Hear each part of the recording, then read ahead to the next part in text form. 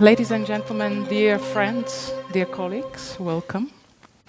Welcome to this remarkable moment, an opportunity to discuss some of the most urgent issues in the field of culture in Europe, with some of the most pioneering practitioners and thinkers, on the occasion of the 2014 European Culture Foundation Princess Margriet Award laureates, Teatro Valle Occupato, and the work of Teodor Celakoski from Zagreb.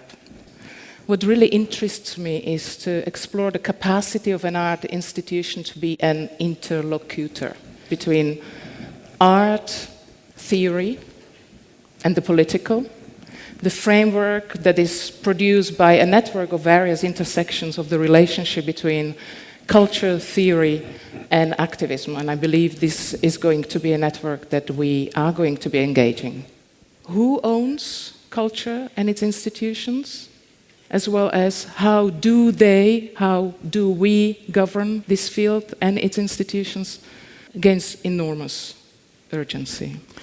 Now let us examine this predicament through two concrete examples with representatives of Teatro Valle Occupato and the work of Teodor Celakoski, and have been amazed and humbled again by their conceptual and practical itineraries of creating practices that would not submit to the language of ownership and that would not submit to quantitative and economic language of our time, but instead would be developing a vocabulary of another institution.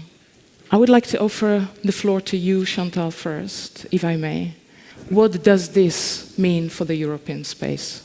Well, we are here to reflect about the role of cultural and artistic practices in Europe. And I'm afraid the European project at the moment is not in a good shape. Well, I don't think that there is a crisis of the European project, but I do think that what we are witnessing is a crisis of the neoliberal incarnation of the European project. Because the hegemony of neoliberalism in the last decades has led to a phenomenon of many people call de-democratization, which consisted in the growing commodification and privatization of the whole of social life. So we are also, say some theories, and I agree with that, living today in post-democracies. In the condition of globalization, there is we can't just go back to national politics, which of course doesn't mean that there is no alternative to neoliberal Europe. So what is needed is definitively the elaboration of a different European project, a common political project which is going to provide an alternative to neoliberal Europe. And I believe that this requires politicizing the European project. And that, of course, requires giving the possibility to European citizens to choose between different conceptions of Europe. And this is where I think that cultural and artistic practices could really play a very important role in the elaboration of this different European project. What we need is the creation of common affects. Those common affects should lead to the creation of a common collective will, a common will. And I think, of course, this is something that should be done at the European level. Here, I think that was a very important in the role of cultural and artistic practices, that they can contribute to what I call the mobilization of passion. And I think that the two laureates are, in fact, very good example. They can really provide important inspiration for other movements in the rest of Europe. I'd like to turn to Federica now. You talk about art institution, culture institution being an organized response to what emerges from the fundamental needs within society. And I wonder whether you could connect to these thoughts and bring us to Italy, to a particular context that gave birth to the case of Teatro Valle Occupato? In Teatro Valle, in those days, a new beginning. When the feeling of a new beginning is given, there is true participation. So art and politics have lots to do with imagination in order to tell again what we need and how we want to respond to those needs. And this is a first very deep and intense meaning of culture. To turn to you, Sylvia, what does this mean concretely to occupy a theatre? Well, I think it's very important to give a feeling about what was the cultural context as well. And I would like to use the words of Laura that is here. Actually, Dionysus was completely dead. So it was just not reclaiming space, air, water, but it was reclaiming passion. It wanted to be a symbolic occupation. And we have planned 3 days. And after 3 days, it was impossible to get out. Because the level and the quality of the reaction was so amazing, extraordinary, that it was impossible. And we felt impelled and forced, and actually this incredible enthusiasm just to break clocks and start to take our time to discuss about what was ours. So basically we immediately started, but naturally, to practice commoning, but not in a way that we didn't think about building the place as a common. You know, we just got in and things happened because people started fighting to get back that place. And then, you know, public assemblies and gathering together and discussing together. And then one day this idea of the foundation came out. It perfectly suited at the beginning the idea of this agora, because the agora is a place that also implies an idea of a polis, an idea of a different kind of city. So in what kind of city do you want, and what kind of institutions can be mobile? I think that is another word. It has to be in metamorphosis. So by all these practices of commoning, like knocking down the walls, that basically these practices are based on processes. They focus on processes, not on results. I want to bring us to Zagreb now and speak to you, Theo. You talked about culture as being a playground for institutional innovation. As a culture worker and activist connected to enormous amount of citizen initiatives, being a tactician yourself within these processes, I would like to ask you to reflect on these issues.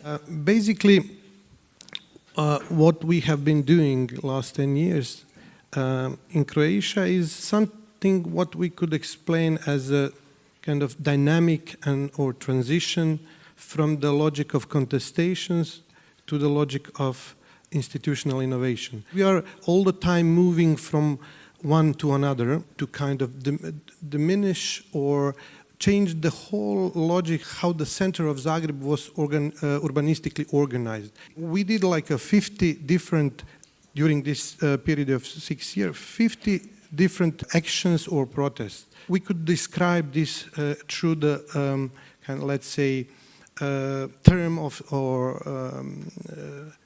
tactical collectives. It could be seen as a kind of transsectorial logic of collaboration. It is dynamic and always producing new situation. This is how to build a real political situation on the ground with the people that you are not familiar with. So this is this exiting out of the box of your sectorialism. That's the main problem of culture. So we have to find a way how to confront the authorities, but how to make them serve and to open the institutional logic how things are organized. So the governance of this institution is shared, and we believe that the culture is kind of safe field to experiment with this. I want to turn to you, Tommy, and whether you could talk about the context of Croatia in this relation. Okay, maybe turning to history might give us a more concrete sense of how this is specific and different. And I think that there is a question of historic trajectory of post-socialist Europe that really has a lot to do with the neoliberalization of Europe. Looking specifically at the Croatian context, so post-socialist, post-Yugoslav context, it was defined when we speak of the significance of the institutions by two processes. One is the process of privatization, and the other one is of the political capture of institutions of the society by the political elites. And the whole institutional field, primarily in the fields of youth culture, critical culture, social work, community centers, were reduced to nothing. We have to overcome or transcend the specialization of culture. But for as long as you don't engage with the social context, your meaning making is very specific. So I think that if we are thinking culture and society, society is not cultural content, it's engagement and contestation.